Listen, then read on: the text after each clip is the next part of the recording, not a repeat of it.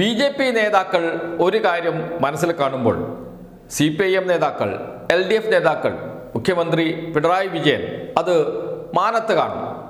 ഏറ്റവും ഒടുവിൽ സർക്കാർ എടുത്ത സുപ്രധാനമായ ഒരു തീരുമാനമുണ്ട്. ആ തീരുമാനം ഇതിന് ഉദാഹരണമാണ്. BJP വലിയ തോതിൽ ചില സമരങ്ങൾക്കൊക്കെ കോപ്പ് കൂട്ടിക്കൊണ്ടിരിക്കുകയാണ്. അതിനുള്ള ഒരുക്കങ്ങൾ നടത്തിക്കൊണ്ടിരിക്കുകയാണ്. അതിനുവേണ്ടി ആദ്യം ഒരു ക്യാമ്പയിൻ പരിപാടി ആരംഭിച്ചു. എന്താണ് ആ പരിപാടി എന്നല്ലേ?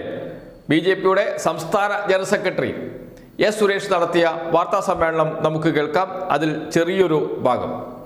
കാരണം രാജ്യത്ത് തന്നെ ഏറ്റവും വലിയ തീർത്ഥാടന കേന്ദ്രങ്ങളിൽ ഒന്നായിട്ടുള്ള ശബരിമലയോട് ഇവിടത്തെ ഭക്തരോടും ക്ഷേത്രത്തിനോടും വിശ്വാസമില്ലാത്ത ഇടതുപക്ഷ സർക്കാരും തീവ്രവാദികളെയും മറ്റും പ്രോത്സാഹിപ്പിക്കുന്ന വലതുപക്ഷ സർക്കാരും എക്കാലത്തും അതിനെ നശിപ്പിക്കാനുള്ള പ്രവർത്തികളാണ് ചെയ്തിട്ടുള്ളതെന്നും കൊള്ളയടിക്കലാണ് ഇവരുടെ സർക്കാരിന്റെയൊക്കെ ശ്രമം അതിനുവേണ്ടിയായിരുന്നുവെന്നും രാജ്യത്തെ അറിയിക്കുക എന്നത് BJPയുടെ ഒരു ദൗത്യമായിട്ട് ഞങ്ങൾ എടുക്കുകയാണ്. അതുകൊണ്ട് ഈ തീർത്ഥാടന കാലയളവിൽ ഞങ്ങൾ കേരളത്തിൽ ശബരിമല ഭക്തന്മാരിൽ നിന്നും 1 കോടി ഒപ്പ് ശേഖരിച്ച് രാജ്യത്തിന്റെ പ്രധാനമന്ത്രിക്ക് ശബരിമല ഭക്തരുടെ വിഷമവും ദുഃഖവും അവരുടെ ഉത്കണ്ഠയും അറിയിക്കാൻ BJP തീരുമാനിച്ചിരിക്കുന്നു.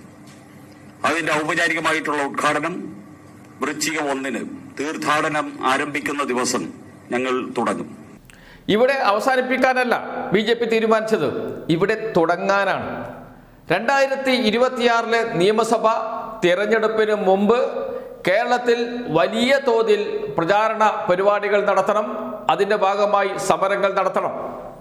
ഒരു സുവർണാവസരം വന്നു ചേർന്നിട്ടുണ്ട്, അത് ഉപയോഗപ്പെടുത്തണം. ഇതാണ് BJP നേതാക്കളുടെ മനസ്സിലുണ്ടായിരുന്നത്. എന്ന് വെച്ചാൽ ശബരിമലയെ മുൻനിർത്തി വലിയ സമരങ്ങൾ, വലിയ ക്യാമ്പയിനുകൾ കേരളത്തിൽ മാത്രമല്ല ദേശീയ അടിസ്ഥാനത്തിൽ അത് വളർത്തിക്കൊണ്ടുവരണം. ഇതായിരുന്നു BJPയുടെ ആലോചന. അതിനുവേണ്ടിയുള്ള തയ്യാറെടുപ്പുകൾ നടന്നുകൊണ്ടിരിക്കുന്നു. ആ സമയത്താണ് ദേവസ്വം ബോർഡിന്റെ കാലാവധി തീരുന്നത്. നിലവിലുള്ള ദേവസ്വം ബോർഡിനെ തന്നെ തുടരാൻ അനുവദിക്കും എന്നാണ് നേരത്തെ വന്ന വാർത്തകൾ. മലയാള മനോരമ വലിയ വാർത്തയൊക്കെ അതേക്കുറിച്ച് കൊടുത്തിരുന്നു. PS Prashanth Devaswom board president തുടരും എന്നാണ് വാർത്ത. അങ്ങനെയാണെങ്കിൽ വലിയ സമരങ്ങൾക്ക് പ്രസക്തിയുണ്ട്. ദേവസ്വം ബോർഡ് പ്രസിഡന്റിനെ ചവിട്ടി പുറത്താക്കണം. ദേവസ്വം ബോർഡ് മന്ത്രി രാജിവെക്കണം. ദേവസ്വം ബോർഡ് പ്രസിഡന്റിനെ സംരക്ഷിക്കുകയാണ് സർക്കാർ ചെയ്യുന്നത്. മുഖ്യമന്ത്രിക്ക് അടക്കം ഇതിൽ ബന്ധമുണ്ട്, പങ്കുണ്ട്. അതുകൊണ്ട് സർക്കാർ രാജിവെക്കണം, മുഖ്യമന്ത്രി രാജിവെക്കണം തുടങ്ങിയ രീതിയിൽ പ്രക്ഷോഭത്തെ വളർത്തിക്കൊണ്ടുവരിക എന്നതായിരുന്നു BJPയുടെ ലക്ഷ്യം. അതിനെയാണ് CPIM, LDF, മുഖ്യമന്ത്രി പിണറായി വിജയൻ തകർത്ത് കയ്യിൽ കൊടുത്തത്. അതിൽ വലിയ രോഷമുണ്ട് BJP നേതാവിന്, BJPക്ക്. അതും പ്രകടിപ്പിക്കുന്നുണ്ട് S. സുരേഷ്. അതും കൂടി കാണാം. പുതിയ ദേവസ്വം പ്രസിഡന്റിനോട് ഞങ്ങൾക്ക് എതിർപ്പൊന്നുമില്ല. അദ്ദേഹത്തിനോട് ഞങ്ങൾക്ക് അദ്ദേഹത്തെ അവതരിപ്പിച്ചുകൊണ്ട് പിണറായി വിജയൻ ചെയ്യാൻ ശ്രമിക്കുന്നത് അദ്ദേഹം മനസ്സിലാക്കിയിരിക്കണം എന്നാണ് K. ജയകുമാർ സാറിനോട് BJPക്ക് പറയാനുള്ളത്.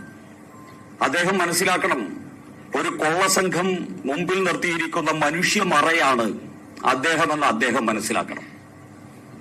ശബരിമലയെ ഇത്രയും കാലം കൊള്ള ചെയ്ത പിണറായി വിജയൻ സർക്കാരും ആ കൊള്ളയെ മൂടിവെക്കാൻ വേണ്ടി നിർത്തിയിരിക്കുന്ന മനുഷ്യമറയാണ് K. ജയകുമാർ എന്ന് പറയുന്ന വ്യക്തി.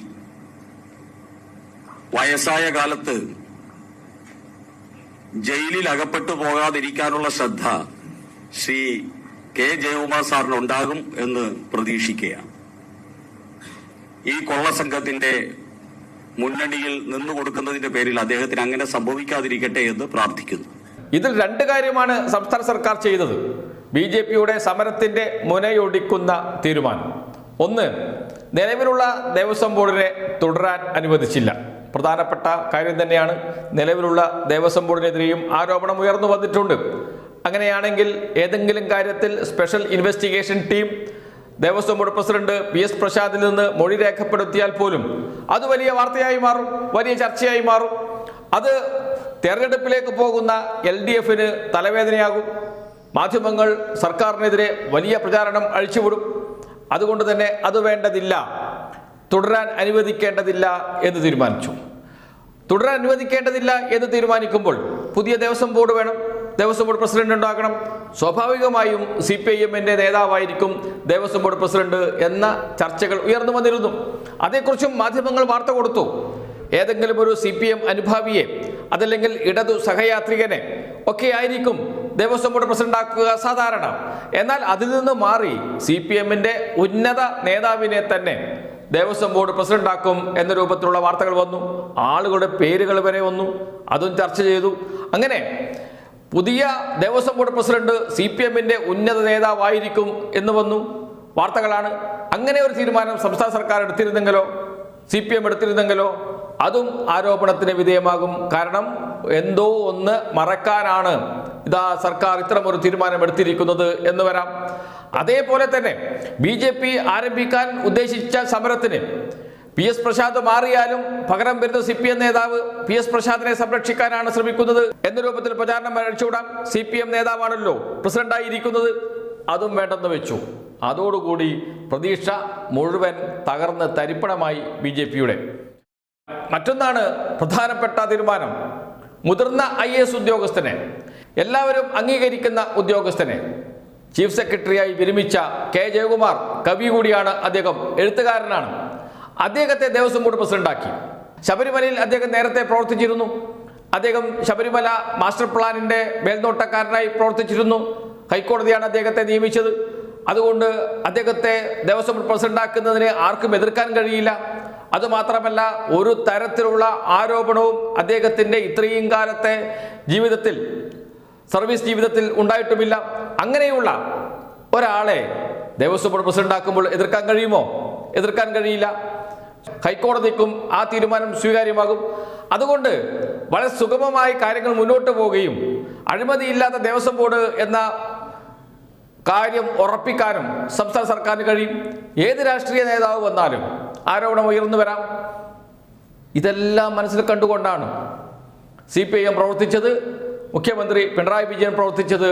അതോടുകൂടി എന്തെങ്കിലും ചെറിയ പ്രതീക്ഷയുണ്ടെങ്കിൽ ആ പ്രതീക്ഷ കൂടി തകർന്ന് തരിപ്പണമായി പോയി BJPയുടെ. അതിൽ നിന്നാണ് BJP നേതാവിൻ്റെ രോഷം അണപൊട്ടി ഒഴുകുന്നത്. ജയിൽ പോകാതിരിക്കാൻ സൂക്ഷിച്ചോ, താങ്കൾക്ക് വേണ്ടി ഞങ്ങൾ പ്രാർത്ഥിക്കാം എന്നൊക്കെ പറയുന്നത് S. സുരേഷ് പറയുന്നത്, BJPയുടെ സംസ്ഥാന ജനറൽ സെക്രട്ടറി പറയുന്നത് എന്തുകൊണ്ടാണ്? എന്തൊക്കെയോ കണക്ക് കൂട്ടി വെച്ചിരുന്നു. വലിയ സമരങ്ങൾ കണക്ക് കൂട്ടിയിരുന്നു. തദ്ദേശ സ്വയംഭരണ സ്ഥാപനങ്ങളിലേക്കുള്ള തെരഞ്ഞെടുപ്പ് കഴിഞ്ഞാൽ കേരളത്തിൽ വലിയ സമരം, കലാപം, ഹർത്താൽ ഇങ്ങനെയൊക്കെ ആയിരുന്നു നേരത്തെ നടത്തിയത് BJP. അത് വീണ്ടും ആവർത്തിക്കാം. അങ്ങനെ ആവർത്തിച്ചാൽ 2026 തദ്ദേശ സ്വയംഭരണ സ്ഥാപനങ്ങളിലേക്ക് നടക്കുന്ന തെരഞ്ഞെടുപ്പിൽ അത് BJPക്ക് വലിയ നേട്ടമുണ്ടാകും. പ്രതിഷേധത്തെ വോട്ടാക്കി മാറ്റാം. ഇതൊക്കെയായിരുന്നു BJPയുടെ കണക്ക് കൂട്ടൽ. എല്ലാം തകർത്ത് തരിപ്പണമാക്കി പിണറായി വിജയൻ. അതുകൊണ്ടാണ് പറയുന്നത്, പിണറായി എന്നത് ഒരു സാധാരണ നേതാവല്ല. അദ്ദേഹം കേരളത്തിൻ്റെ പൾസ് അറിയാൻ കഴിയുന്ന, ജനങ്ങളുടെ പൾസ് അറിയാൻ കഴിയുന്ന, അവരുടെ മനസ്സ് വായിച്ചെടുക്കാൻ കഴിയുന്ന, എതിരാളികൾ മനസ്സിൽ കാണുമ്പോൾ അത് മാനത്ത് കാണാൻ കഴിയുന്ന നേതാവാണ് പിണറായി വിജയൻ എന്ന് പറയുന്നതും അതുകൊണ്ട് തന്നെയാണ്. അവിടെയാണ് എതിരാളികൾക്ക് പിണറായി വിജയനോട് അടങ്ങാത്ത ദേഷ്യം. എങ്ങനെയെങ്കിലും അദ്ദേഹത്തെ പൂട്ടണം, അദ്ദേഹത്തെ മാനസികമായി തളർത്തണം, അതിനുവേണ്ടി കുടുംബാംഗങ്ങളെ, മക്കളെ ദ്രോഹിക്കണം. അതിനുള്ള നീക്കം ഇവിടെ നടന്നില്ലേ? എന്നിട്ട് അദ്ദേഹത്തെ ഒന്നും ചെയ്യാൻ കഴിഞ്ഞില്ല. എന്നിട്ടും അദ്ദേഹം തല ഉയർത്തി നടക്കുന്നു. എന്തുകൊണ്ട്? നിങ്ങളുടെ ഈ കളികളെല്ലാം എത്ര കണ്ടിട്ടുണ്ട് ഞാൻ എന്ന് പറഞ്ഞുകൊണ്ട്. ഇതാണ് ശബരിമല വിഷയത്തിൽ സർക്കാരിനെ പിടിച്ചു കുലുക്കാം, സർക്കാരിനെ താഴെയിറക്കാം, LDF സർക്കാരിനെ മൂന്നാം സർക്കാരിലേക്ക് എത്തിക്കാതിരിക്കാം എന്നൊക്കെയുള്ള കണക്ക് കൂട്ടൽ, അതെല്ലാം തകർന്ന് തരിപ്പണമായി BJPയുടെ. അതോടൊപ്പം തന്നെ വലിയ സമരങ്ങൾ, ഒരുക്കങ്ങളൊക്കെ നടത്തിയിരുന്നു. എല്ലാം തകർന്ന് തരിപ്പണമായി പോയി. ആ രോഷമാണ് S. സുരേഷ് പ്രകടിപ്പിക്കുന്നത്. വരും ദിവസങ്ങളിൽ BJPയുടെ എല്ലാ നേതാക്കളും ആ രോഷം പ്രകടിപ്പിച്ചുകൊണ്ടേയിരിക്കും. അത് നമുക്ക് നാളെയും കാണാം.